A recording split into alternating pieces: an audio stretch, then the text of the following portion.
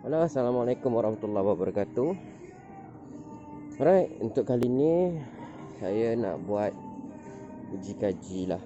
Bukan uji kaji lah, senang. Membezakan tentang roti atau daging. Jadi saya sekarang berada di pasar raya. Saya nak mencari roti. Mana roti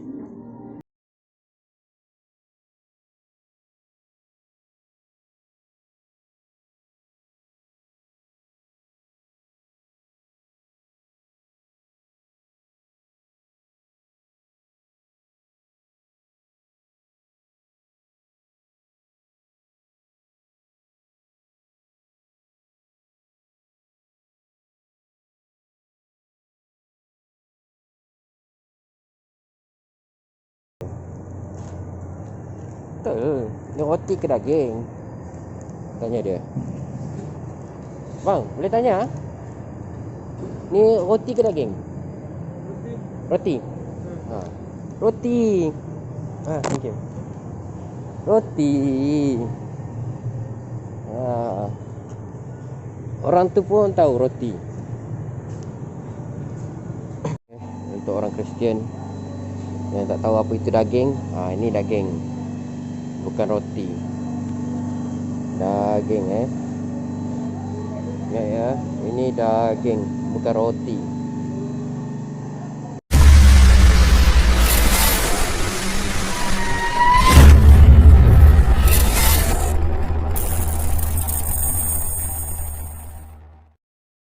Assalamualaikum warahmatullahi wabarakatuh. Allahumma salli ala Sayyidina Muhammad wa ala alihi Muhammad kama sallaita ala ali Sayyidina Ali Ibrahim wa ala alihi Sayyidina Ali Ibrahim.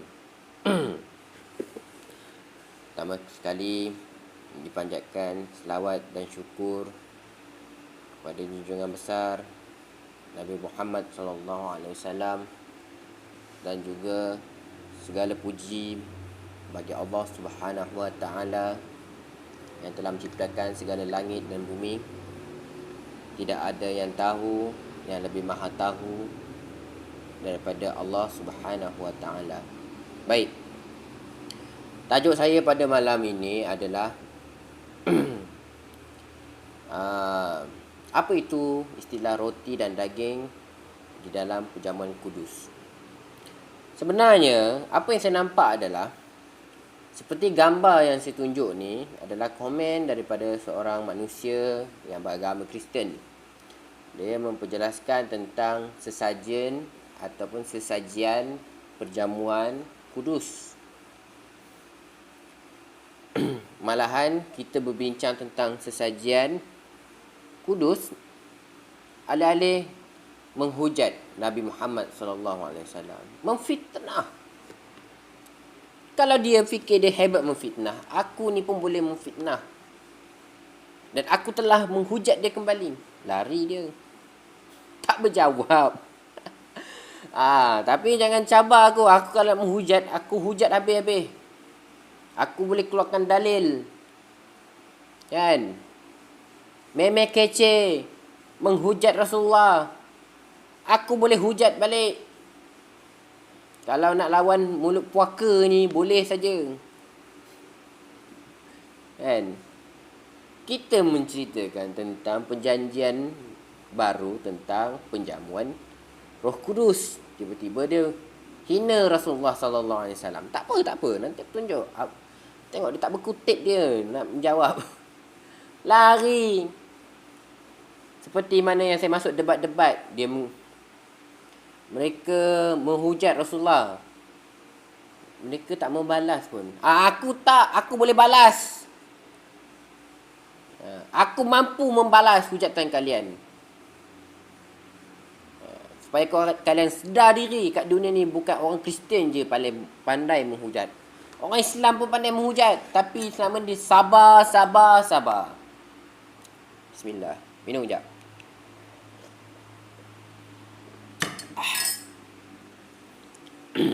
Sambung balik.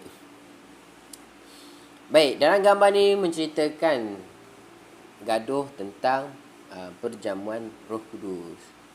Dalam komen tu sebenarnya saya komen tentang Cik Yus. Dia aneh tentang apa yang didapati dalam Al-Quran. Dia menjadi murtad kerana Islam menyembah berhala. Yang ini Kaabah. Dan kan dia kata dalam Al-Quran mengatakan tidak ada sesembahan kepada Allah melainkan aku. Dia tak tahu dia sembah Allah ke dia sembah Yesus dalam Kristian. Nanti aku akan petikankan. Mungkin video ni agak panjang sedikit lah. Kalau anda yang ingin mendengar. Minta maaf sangat. Sebab kita nak kupas buat pendek-pendek pun payah. Kan? Nanti cerita jalan pendek ni tak syok. InsyaAllah. Kalau mampu bertahan, tahanlah dalam ni Alhamdulillah. Okey. Ambil kata point, saya mempersoalkan tentang roti dan daging, anggur dan darah untuk sajian Roh Kudus sebagai lambang apa? Dia mengatakan itu sebagai lambang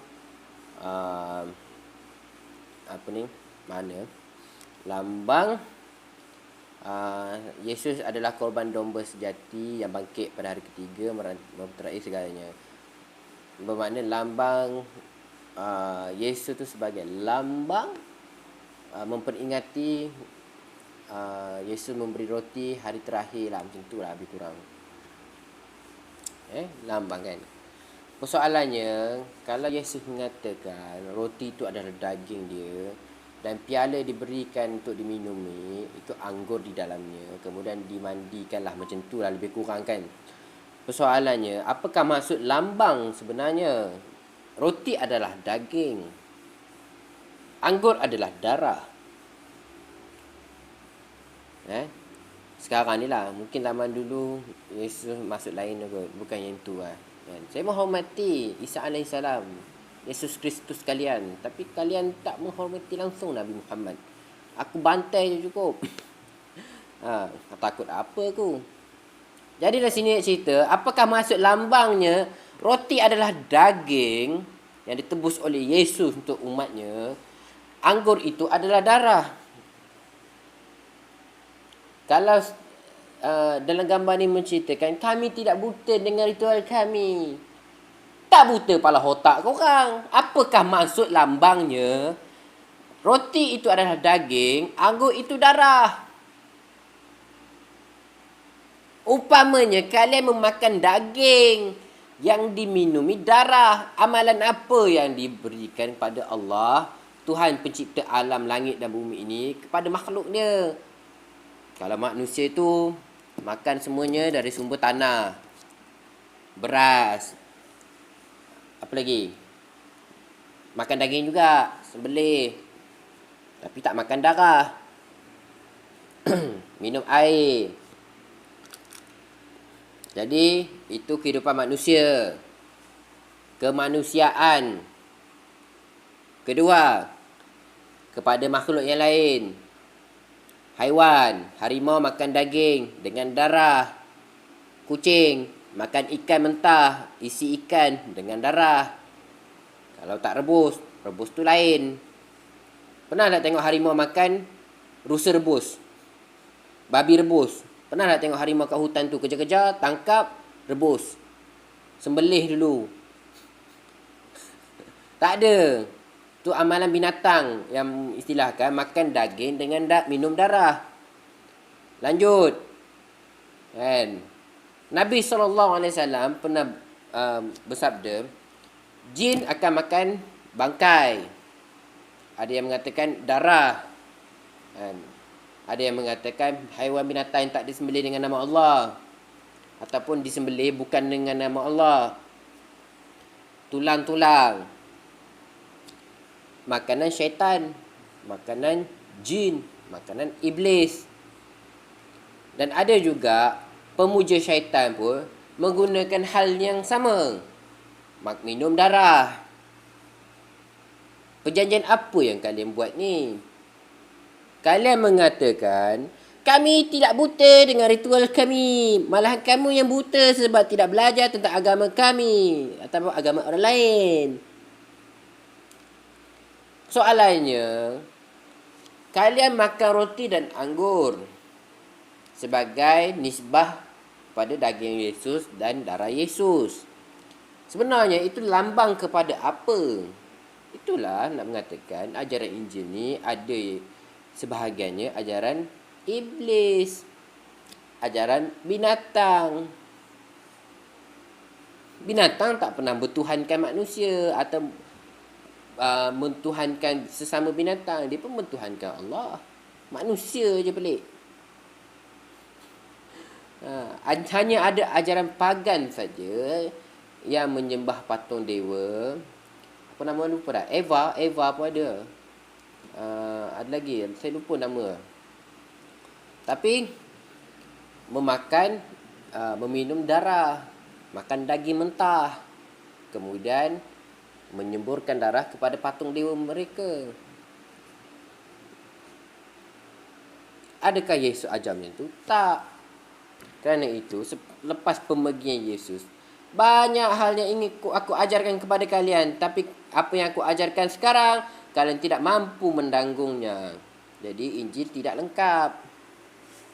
Datang pula Petrus, kan, ngaku-ngaku murid Nabi, padahal dia wartawan, mengambil kisah-kisah apa yang dah terjadi. Tak betul, tak tidak.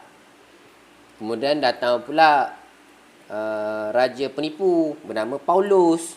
Saya tak nak sebut dia rasul. Dia tak layak menjadi rasul. Ubah ciptaan Injil.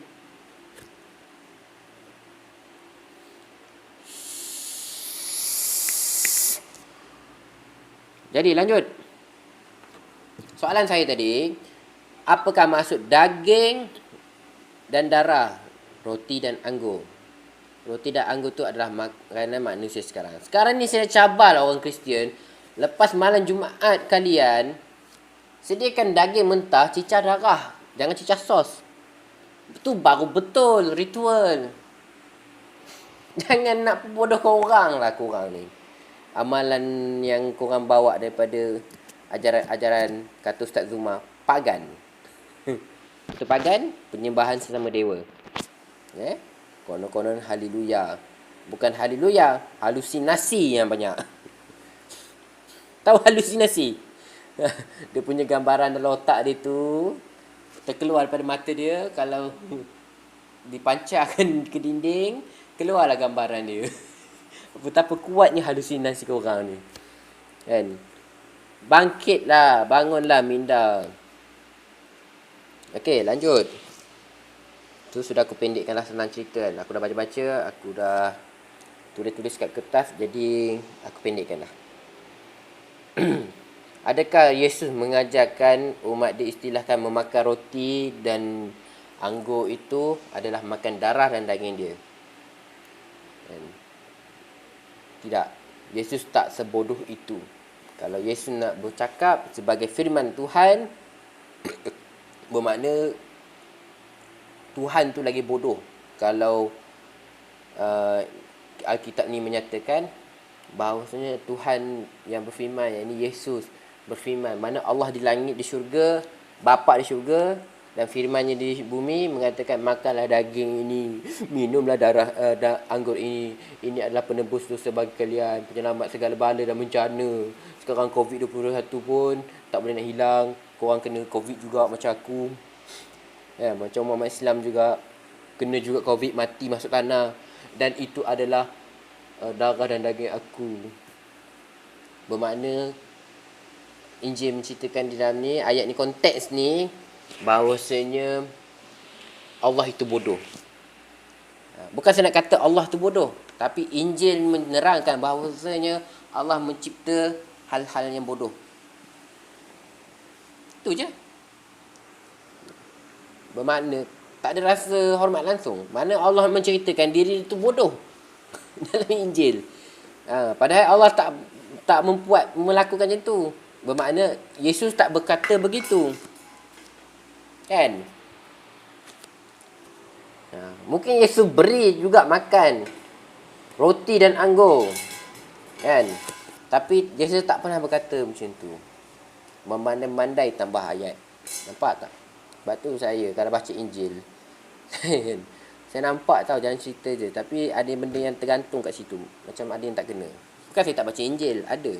Senang je sekarang. Ada laptop, install. Ada apa-apa saja, install. Kan? Sekarang, aplikasi Android boleh install. Taurat, Zabur, Injil. Sebelah aplikasi Al-Quran aku letak. Okey. Inilah piala darahku. Next, bagi semua orang laku ni laku yang pelik. Sebelum itu yang Yesus bagikan pada orang Yahudi malam Khamis, malam Jumaat, orang katakan adalah perayaan roti tidak berbagi. Daripada kalian, malam Jumaat buat pesta seks di rumah. Itulah. Kristian, kalau tak memfitnah, bukan Kristian namanya. Ini pun aku dah bantai lah. Ada komen. Tapi dia tak berkutip. Tak membalas dia. Dia balas juga tapi dia tak mampu nak menjawab. Okay, next. Dan darah sebab Yesus adalah korban domba sejati bangkit pada hari ketiga. Tuhan sendiri pun dikorbankan. Lepas tu mengakui kehebatan Yesus. Salib. Itulah keistimewaan kami daripada orang Kristian. Mengatakan dirinya Tuhan tapi disalib. Itulah keistimewaan kami sebagai orang Kristian mempunyai Tuhan yang hebat dan luar biasa. Yesus datang ke dunia adalah untuk menggenapi segalanya dari perjanjian lama tentang karya penebusan umat manusia. Sebab itu kamu jangan jadi umat yang dalam kekeliruan. Saya tak keliru. Orang Islam semua demi Allah yakin tak pernah keliru. Yang mana murtadin tu keliru adalah kerana mereka mengikut akal fikiran mereka. Memang Al-Quran ni suruh cerdas, suruh baik, suruh jadi yang terbaik, suruh jadi bijak, bukan jadi bodoh. Bagi saya orang murtadin ni tak jumpa jalan solusinya. Lepas tu tanya ustaz kata wallahu alam, insya-Allah tak boleh nak jawab, nanti cari. Lepas tu jumpa dengan pendeta kata boleh jawab. Tak apa jawab pendeta, aku pun tak tahu. Terus murtad, masuk Kristen. Tak apalah. Hidayah kan milik Allah. Tapi aku tak kisah pun. Kan? Cuma nak cerita pasal domba ni lah. Kan? Tentang roti ni kan. Nanti kita akan masukkan sekali tema menghujat. Kan? Menghujat Nabi Muhammad, menghujat orang Islam. Nanti Lepas tu, jikalau ada orang-orang Kristian, orang Islam, pesan saya lah. Kalau tak jumpa dengan seorang guru, ustaz atau ulama yang boleh jawab, sabar. Jangan gadai iman kalian. Kan? Memang kalau masuk Kristian tu rasa tenang, aman. Kan? Normal. Aku dulu bercerai pun, sebelum bercerai pun, aku ada masalah rumah tangga. Pening, sakit kepala. Berpisah pun aman, tenteram, tak menangis, gembira.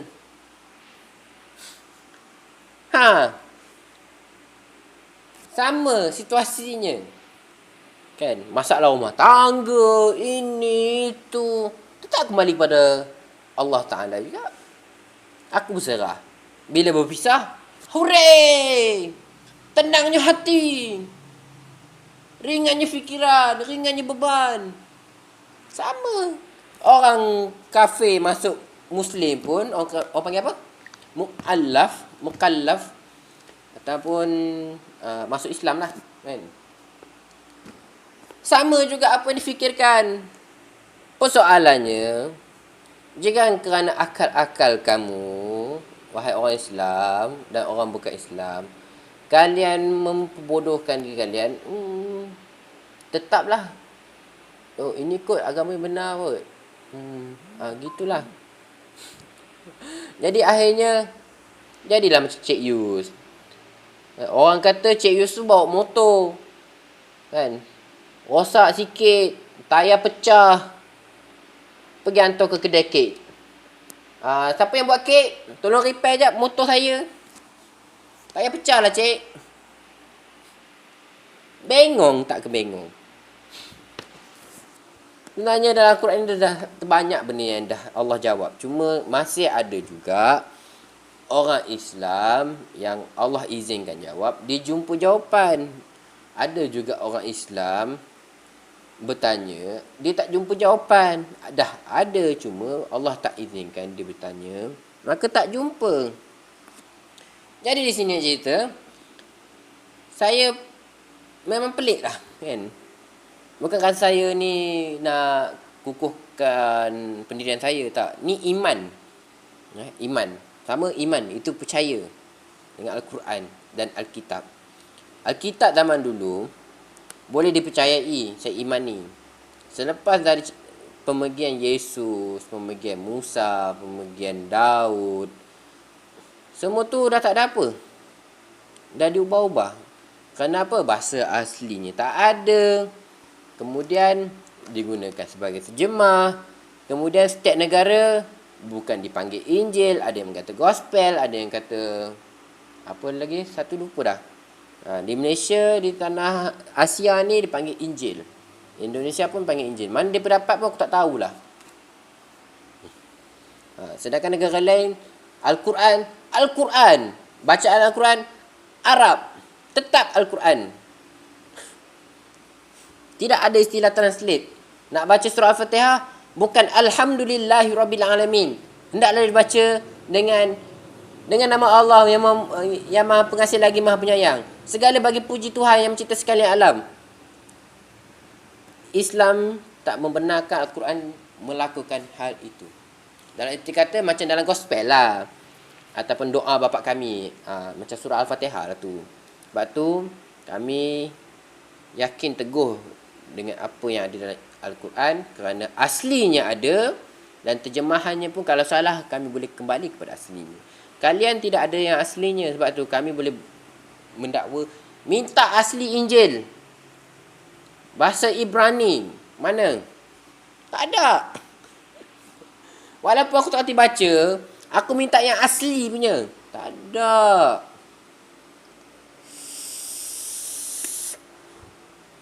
Jadi kepada yang murtadin kalian, istighfar dan taubatlah. Tak nak taubat, terpulanglah. Terpulang kalian.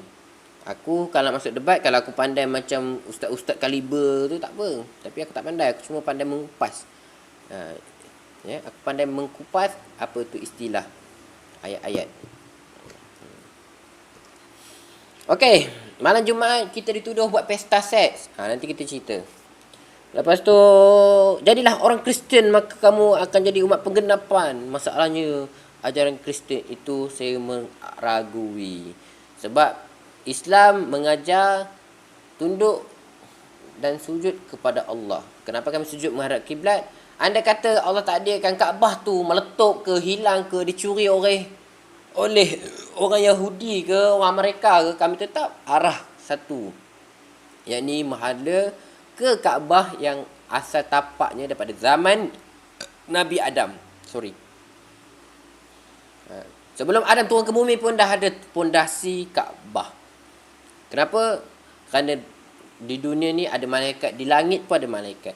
Apa yang ditawaf oleh malaikat di Arash, maka Allah hadiahkan juga malaikat yang ada di bumi untuk mengitarinya, yakni Kaabah. Kalau sana dipanggil Baitumal. Baitumal pula. Apa? Sorry. Baitullah.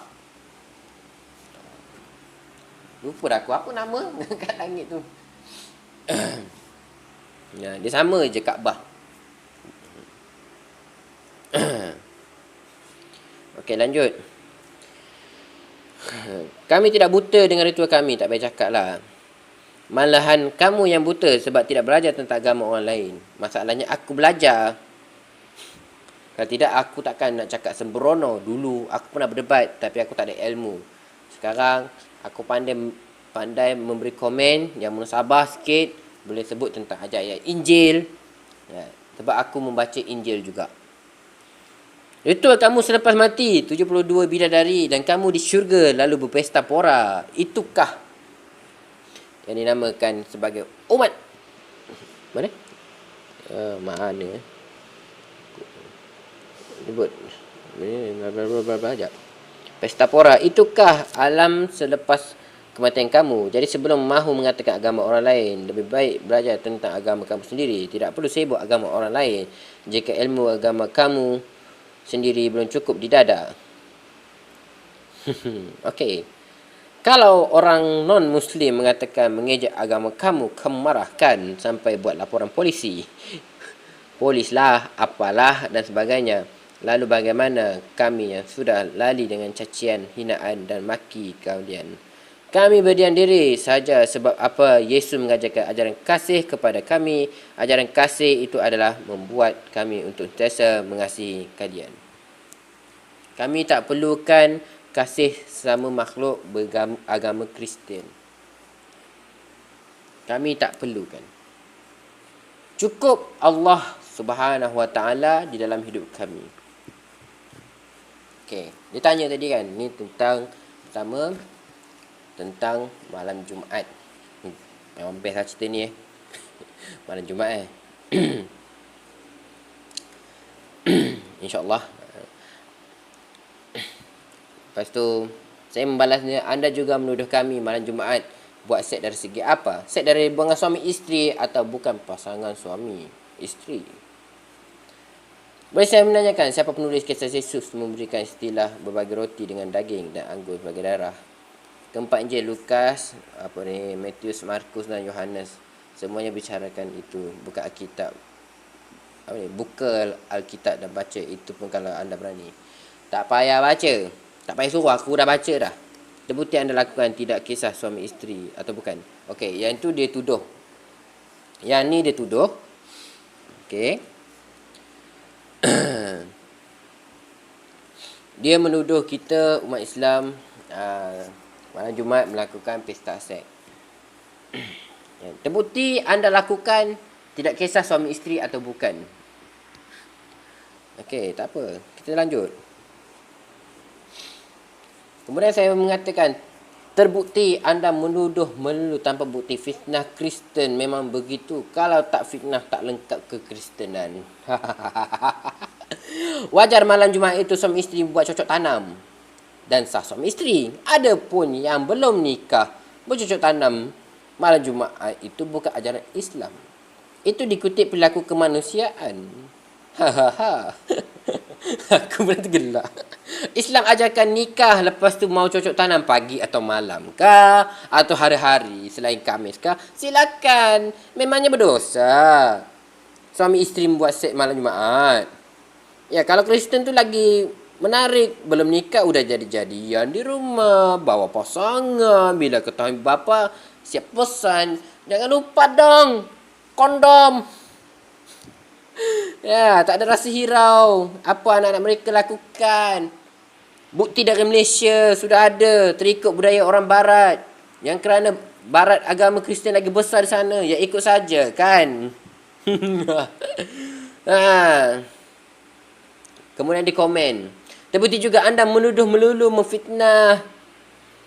Islam memang begitu. Kalau tidak memfitnah, menghakimi orang, mengata dosa orang bukan dosa, bukan Islam namanya. Dan memulakan perang juga. Sejak kapan kamu tahu orang Kristen jika belum nikah udah jadi-jadi di rumah? Emangnya kamu pelayan cerita bokep ya? Oh bawa, aku tahu dia ni Indon. Itu yang kamu tengok. Jika dalam Islam yang sejati pun tidak dibenarkan berpacaran di tempat-tempat umum. Toh sekarang banyak yang lakuin kayak kamu, bawa pasangan, dating. Nampak? Dan pegang-pegang tak tahu kayak kamu lah. Kamu Kristen at least. Kami Kristen at least. Kami tidak munafik kayak kamu. Itu cuma omongan. Kalau di Asia berbeza juga mengikut adat dan budaya orang Asia. Enggak seperti kalian. Sudahlah munafik, egois, hipokrit. Dia tak kena bantai lagi. At least kami tidak sembunyi-sembunyi lakuin. Dan ada pengetahuan bapa. Daripada kalian yang kebanyakan sembunyi-sembunyi lakuin enjot-enjot tanpa pengetahuan bapa kalian. Nampak? Bermakna dia mengiyakan apa? Di sini nak cerita. Dia mengiyakan perlakuan seksual. Nampak tak? Dia mengiyakan. Bermakna dia pun melakukan tanpa kahwin dalam agama Kristian tu. Boleh buat. Mak bapak tahu. Maknanya dia mengatakan saya menonton cerita bokep. cerita macam panas-panas macam tu kan. Kan? Kita ni sebab kita banyak tengok drama di YouTube pun ada. Kan? Berlakunya bercocok tanam tanpa nikah. Agama Kristian. Selain Islam lah, tak kisahlah agama apa kan. Sendiri mengaku, at least kami tidak sembunyi-sembunyi melakukan. Dasar agama Kristian tak kerti mengajar istilah malu. Nampak? Okey, ramai pendeta mengatakan Matius, Markus, Lukas bukan murid Yesus. Yohanes, dia murid Yesus. Masa bila yang bukan murid Yesus itu diberikan roti dari Yesus? Saya pasti penulis tahu apa yang diajarkan, apa yang Yesus berikan, baik makanan, bau maupun minuman. Malah semua salib, malam semasa salib, murid Yesus semua lari ketakutan. Jadi murid Yesus tak menjadi saksi keadaan Yesus salib. Saya itu selalu masuk live debat-debat. Ada juga pendeta menceritakan siapa murid Yesus atau bukan siapa murid Yesus atau bukan Paulus juga bukan murid Yesus. Jadi tidak apa, saya memahami keilmuan anda. Sebab tu saya kata sebab itu saya mengatakan ajaran Kristen tu ajaran yang aneh. Set luar nikah, adakah ajaran Yesus? Kalau Yesus punya anak gadis, adakah Yesus gembira kelakuan anaknya belum nikah tapi udah bebas, biar lelaki dienjek-enjek, dicerak-cerak sama lelaki bukan suaminya? Oh gitu. Kenapa umat Kristian yang punya suami isteri malah rela dienjek-enjek lelaki lain? Syabas ajaran Kristen. Kemudian dituduh kan, dia sendiri yang mengiyakan lakuin dengan mak bapak dan sebagainya. Dasar agama Kristian ni tak membela langsung kemaruahan gadis, baik mak, baik anak, baik isteri. Tidak ada maruah. Tu tadi bukti. Dia menegaskan sini pula. Tapi Markus, Matius dan Lukas adalah murid-muridnya dari para rasul. Yang pertama kan. Jadi memang nyambung cerita Injil mereka. Lepas tu, sebab mereka tahu kebenarannya lah. Mereka menulis bukan kayak Muhammad kan. Tapi Paulus muridnya Petrus, rasul pertama. Jadi memang nyambung cerita tersebut. Saya faham jugalah kalau anda yang syok-syok tahu walaupun anda tak tahu. Ya di live debat itu cuma setengah aja yang diajarkan. Memang kerana di live itu mereka tidak boleh strict. Kenapa tak boleh strict? Para pendeta. Okey. Ni sepanjang saya masuk debat baik orang Melayu, Malaysia dengan Indonesia. Kebanyakannya kenapa mereka debat ceritakan hal sikit-sikit. Kerana di dalam live debat tu, itu bukan gereja dia nak tipu. Sebab dia ditantang oleh orang Islam yang menemui beberapa ajaran dalam Injil. Kan? Di dalam Injil. Bila dia nak nipu orang yang bertanya tentang Injil, malahan orang tu dah baca Injil dan dia memahami Al-Quran, tak seperti orang-orang Kristian bawahan. Orang Kristian bawahan dengan atasan tu lain. Atasan tu pendeta ataupun paderi. Orang bawahan tu macam rakyat-rakyat biasa, macam raja dengan rakyat. Macam tu lah. Raja nak tipu rakyat, boleh. Tapi kalau raja Kristian nak tipu raja Islam, tak boleh. Sebab sama-sama ada kuasa. Raja dan raja. Tak boleh. Tak boleh. Sebab tu diajarkan setengah. Sebab kami bila berdebat, kami akan mempersoalkan. Sikit-sikit orang Kristian akan kutip dalam surah Al-Quran ayat Maidah menjelaskan. Orang tanya tentang Injil, tentang Bible, kutip dari Al-Quran pula mereka. Lepas tu salahkan macam siapa? Rudy Yohanes. Dia mengatakan orang Islam tanyakan Rudy Yohanes tentang Al-Quran. Mana Rudy Yohanes nak tahu? Ni Rudy Yohanes punya live. Punya channel rasanya. Kemudian Macam mana dia nak jawab? Sebab dia tak tahu Al-Quran. Tapi mengapa mereka kutip dari cerita Al-Quran untuk membenarkan Yesus Kristus sebagai Tuhan? Aneh enggak? Bagi aku aneh ajaran Kristen ni. Terutama meme kece. Sikit-sikit kembali ke Quran, sikit-sikit kembali ke Quran. Surah Ibrani ayat 1.8 tak dapat dijelaskan. Bapa dan menyatakan bapa menyembah anak. Bapa itu Allah, menyembah anak, Yesus. Mana mereka saling menyembah? Bapa sembah anak, anak sembah bapa. Jadi siapakah Tuhan sebenarnya? Kan? Di sini nak cerita sikit lah. Okey.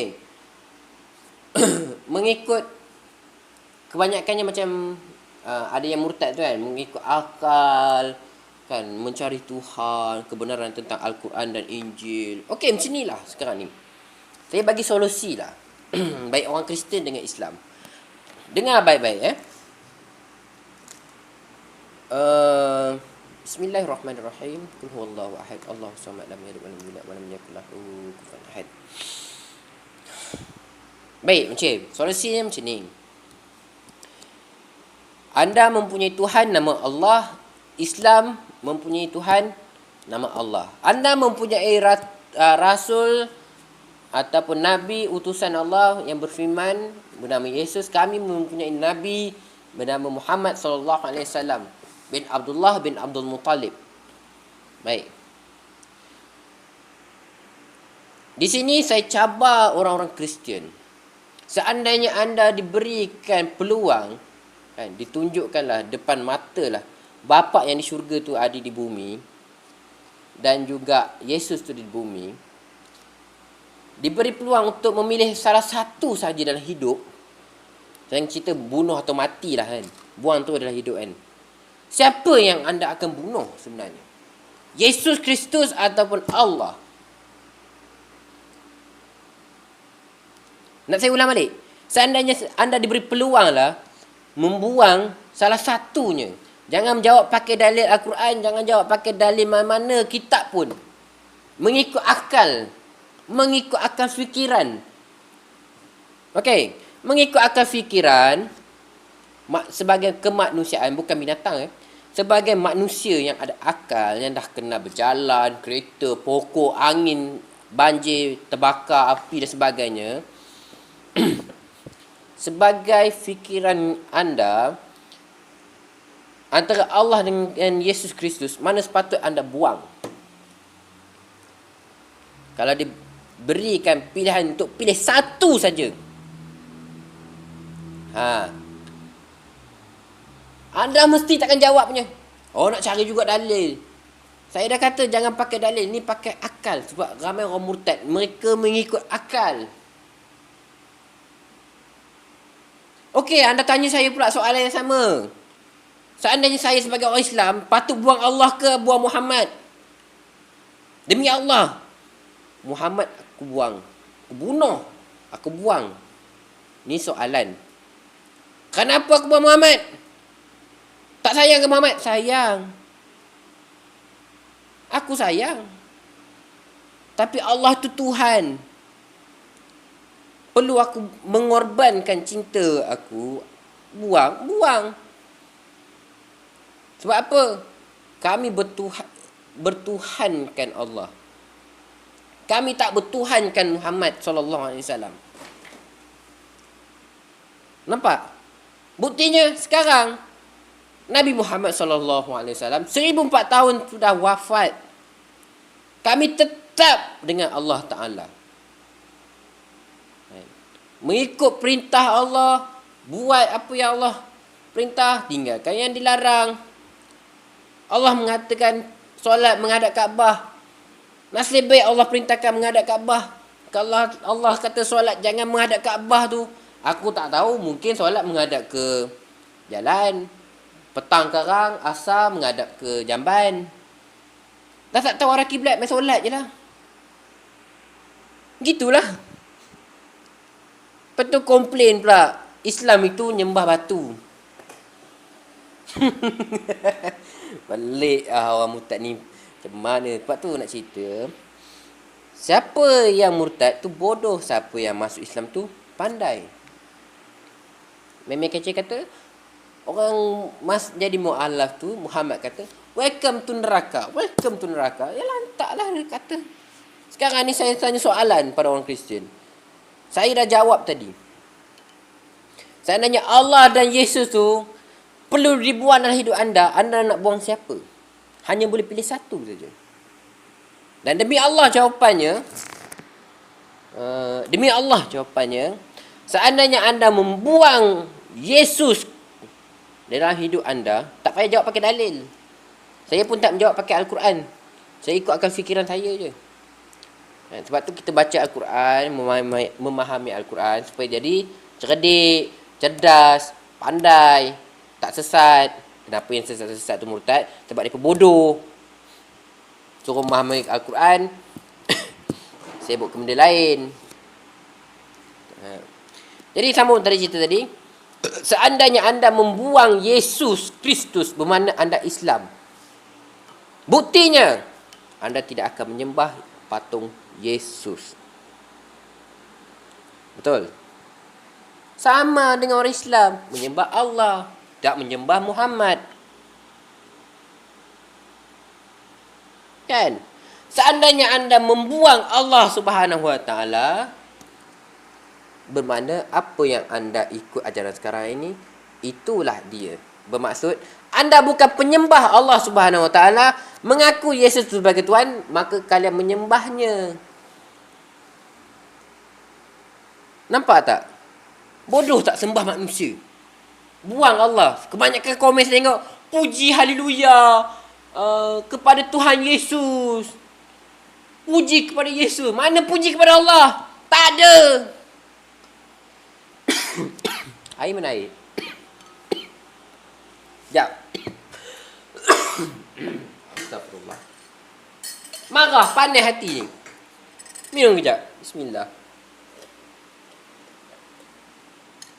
Alhamdulillah. Tak ada. Mengaku Yesus dan Bapa itu adalah satu. Kalau buang Allah Subhanahu Wa Taala di syurga, Yesus yang ada di bumi ni kalian Tuhan kan. Seperti itulah agamanya Kristen. Kenapa Islam bukan mengikut hari kejadian Yesus disalib? Asar, Maghrib, Isyak, Zuhur, Subuh, macam tu. Bukan. Islam itu agama yang datang daripada Allah. Sebab tu kami sembah Allah, bukan sembah Muhammad sallallahu alaihi wasallam. Faham tak? Tak payah jawab pakai dalil Al-Quran ke, dalil Injil Barnabas ke, apa pun dalil. Tak payah. Tak payah hadis Sahih Bukhari, Imam Ahmad, Imam Hanbali, Imam pun, Imam masjid sini pun tak payahlah. Senang je. Sebab tu saya mengatakan orang yang murtad ni akal pendek. Walaupun dia ada PhD. Gaji 10,000 sebulan. Kalau murtad memang bodoh. Okey. Bila kalian nak puji kepada Allah lagi? Tak tahulah aku. Kembali haleluya. Mungkin maksud mereka tu halusinasi. Teruskanlah. Okey. Kemudian dia memfitnah.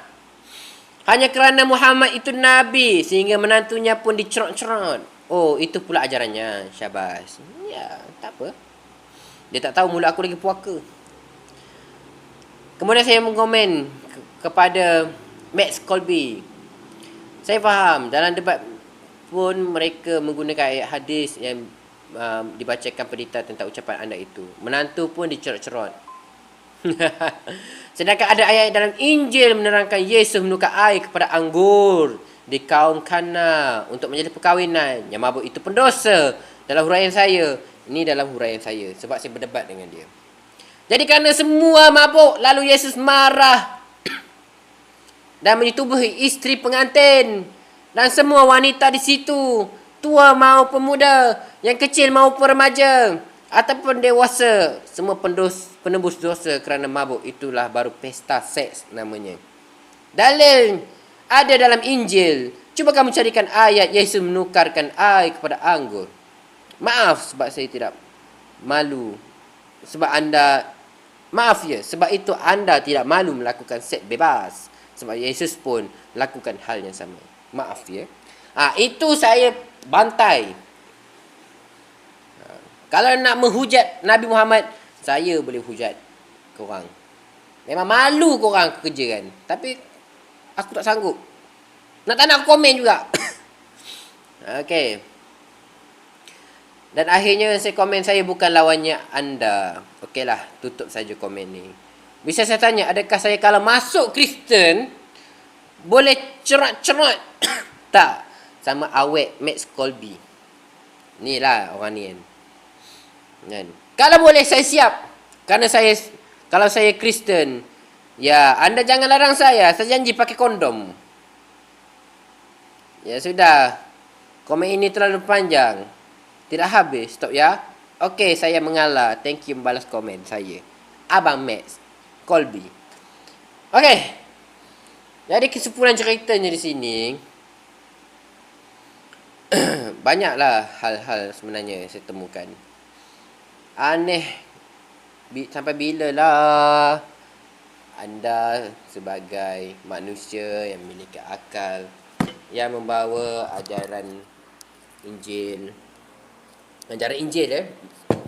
yang bukan muasal yang sebenar dari Yesus Kristus. Jadi saya tak tahu. Alhamdulillah, saya tak tahu. Mungkin secara lahiriah keadaan dididik dari kecil seperti itu. Lebih kurang setakat ini je lah. Apa-apa pun saya mohon maaf kerana menghujat Yesus dengan dalil tu. Bersalah sebab dia tu Nabi sebenarnya, Yesus. Dalam bahasa Arab panggil Isa alaihissalam. Tapi bukan kerana emosi saya membalas. Sebab saya membalas tu sebab bila berlaku pemfitnahan, penghujat kepada Nabi SAW, Muhammad bin Abdullah bin Abdul Muttalib. Jadi terkejut jugalah saya bila ada orang nak debat dengan saya dalam komen-komen macam ni kan. Bila saya komen pasal tu, terus dia lari.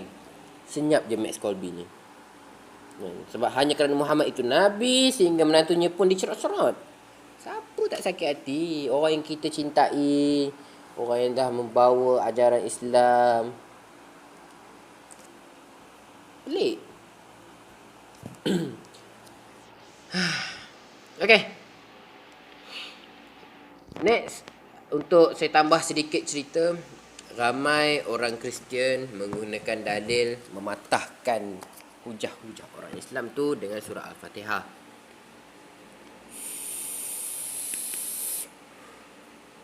Ya. Contoh surah Al-Fatihah ayat 6. Ihdinas siratal mustaqim. Bermaksud tunjukkanlah kami jalan yang lurus. Maksud di sini adalah sebuah doa. Kebanyakan orang anggap Muhammad tak tahu jalan lurus, Muhammad bodoh, Muhammad tu sesat. Tak. Itu doa yang Nabi Muhammad SAW ajarkan kepada kami semua. Jadi kalau kami sembahyang pun, kalau Nabi Muhammad SAW tak mengajarkan doa surah Al-Fatihah, kami nak baca apa? Oh, Father, come to me the heaven, forgive me when enemy seek me and forgive him. Takkan baca Injil pula. Jadi sebab tu kami mengamalkan apa yang sunnah Nabi SAW, kemudian apa yang diajarkan beliau. Jadi sunnah dan Al-Quran tu saling berganding. Okey, tadi saya ada benda tadi, saya tak kupas lagi sikit lagi. Yang kedua, Muhammad bukanlah tahu jalan yang lurus. Sebab surah Al-Fatihah telah membuktikan Muhammad mengajarkan umat dia dalam solat meminta ihdinas siratal mustaqim. Sebenarnya mereka silap. Dan kebanteng kan surah Yasin. InsyaAllah ayat 1 sampai ayat 4 itu pun dah cukup sebenarnya. Yasin. Yasin maksudnya lah. Yasin tu ada ulama mengatakan itu adalah panggilan Muhammad sallallahu alaihi wasallam. Sebab Nabi Muhammad sallallahu alaihi wasallam tu banyak panggilan. Taha, alif lam mim, alif apa lagi? Banyak lagi lah panggilan. Sebab kerana itu Allah berseru ketika itu pada Nabi Muhammad sallallahu alaihi wasallam dengan panggilan Yasin. Ada ceritanya nak disampaikan pada itu, maka dipanggil panggilan manja. Kalau salah silap, tegurlah saya sebab saya kupas ayat Al-Quran. Ayat Injil tak payah tegur. Okey. Wal Qur'anil Hakim. Demi Al-Quran yang mengandungi hikmat-hikmat dan kebenaran yang tetap kukuh. Apa itu hikmat-hikmat? Apa itu yang tetap kukuh? Apa itu kebenaran? Bermaksud segala cerita-cerita dari Nabi Adam sampai Nabi Muhammad sallallahu alaihi wasallam semuanya ada kebenaran di dalam Al-Quran. Itu yang dimaksudkan kebenaran yang tetap kukuh. Apa yang kukuh? Yakni hanya ada satu Tuhan, tiada Tuhan selain melainkan Allah. Jadi Yesus Kristus tidak digelar sebagai Tuhan. Kalau Yesus Kristus itu adalah Tuhan, sudah lama Adam dan Hawa mengakui, oh nanti anak kita tu, cucu-cucu kita tu akan menjadi Tuhan. Sudah lama. Dan diceritakan juga dalam Al-Quran. Tapi tidak ada. Innaka laminal mursalin. Sesungguhnya engkau wahai Muhammad adalah seorang rasul dari rasul-rasul yang telah diutuskan. Inna, sesungguhnya engkau, kaf baris atas ka ditujukan pada Muhammad sallallahu alaihi wasallam, bukan Yesus Kristus. Adalah seorang rasul. Allah mengatakan dalam ni Nabi Muhammad juga rasul, bermakna dia tu asli, bukan rasul KW ataupun rasul penipu ataupun diangkat oleh manusia. Dari rasul yang telah diutuskan. Siapa itu? Yesus, Isa alaihissalam, Yahya, Zakaria, Daud, Sulaiman, Ibrahim, Ismail, Ishak, Yakub dan sampai Nabi Adam. Yang membawa ajaran yang sama, iaitu kalimah tiada Tuhan melainkan Allah, Allahu Ahad, Allah yang satu, dan segala amalan, perilaku dan segala ibadah mengikut aturan Allah, bukan aturan manusia. Okey? Muhammad memang Allah perintahkan mengajarkan apa umat dia perlu lakukan. Memang betul Muhammad yang melakukan, tapi itu perintah. Sama macam Nabi-Nabi dulu. Yesus Allah perintahkan kepada kaumnya bermacam-macam. Sama dengan Ibrahim, sama dengan Lut, sama dengan Ishak, sama dengan Ismail, sama dengan Nabi Syed, Nuh, Idris, Adam. Sama je. Allah suruh ajarkan, tapi bukan ajaran buat-buat seperti yang ada saya nampak dalam Injil. Okey. Yang tetap di atas jalan yang lurus, agama Islam, ala siratim mustaqim, yang tetap di atas jalan yang lurus agama Islam. Dalam kurungan tu agama Islam. Kenapa agama Islam? Kerana agama Islam walaupun di kitab terakhir, ya, Taurat, Zabur, Injil, Al-Quran. Walaupun Al-Quran tu terakhir, kerana apa? Salah satunya melengkapkan segala isi yang ada dalam Taurat, Zabur, Injil. Sebab tu kalian memfitnah kami. Kami beriman dengan kitab kalian. Cuma kami tak boleh nak terima isi di dalamnya. Kami percaya kitab Taurat, Zabur, Injil itu datang dari Allah kepada Nabi Musa, Nabi Daud, Nabi Isa. Tapi kami tak mengimani isi di dalamnya. Yang mana isinya yang kami tak imani itu adalah buatan manusia. Bukan firman Allah sendiri.